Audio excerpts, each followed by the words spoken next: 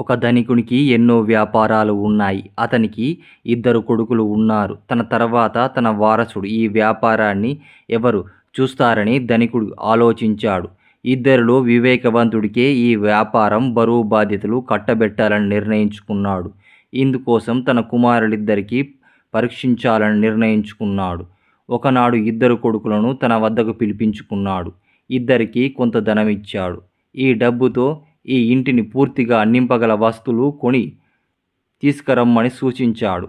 పెద్ద కొడుకు ఉన్నపళంగా బజారుకు వెళ్ళాడు. అక్కడ చౌకగా లభించే వస్తువుల గురించి ఆరా తీశాడు. గడ్డి మాత్రమే తక్కువ ధరకు లభిస్తుంది.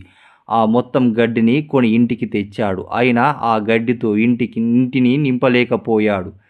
రెండో కొడుకు తండ్రి చెప్పిన పని గురించి ఆలోచించాడు. ఇది తెలివితేటలతో పూర్తి చేయాల్సిన పనిగా భావించాడు. దాని గురించి బాగా ఆలోచించి బజారుకు వెళ్ళి కొన్ని మైనపు వత్తులను కొన్నాడు. వాటిని తెచ్చి ఇంట్లో ప్రతి గదిలో ఉంచి వెలిగించాడు.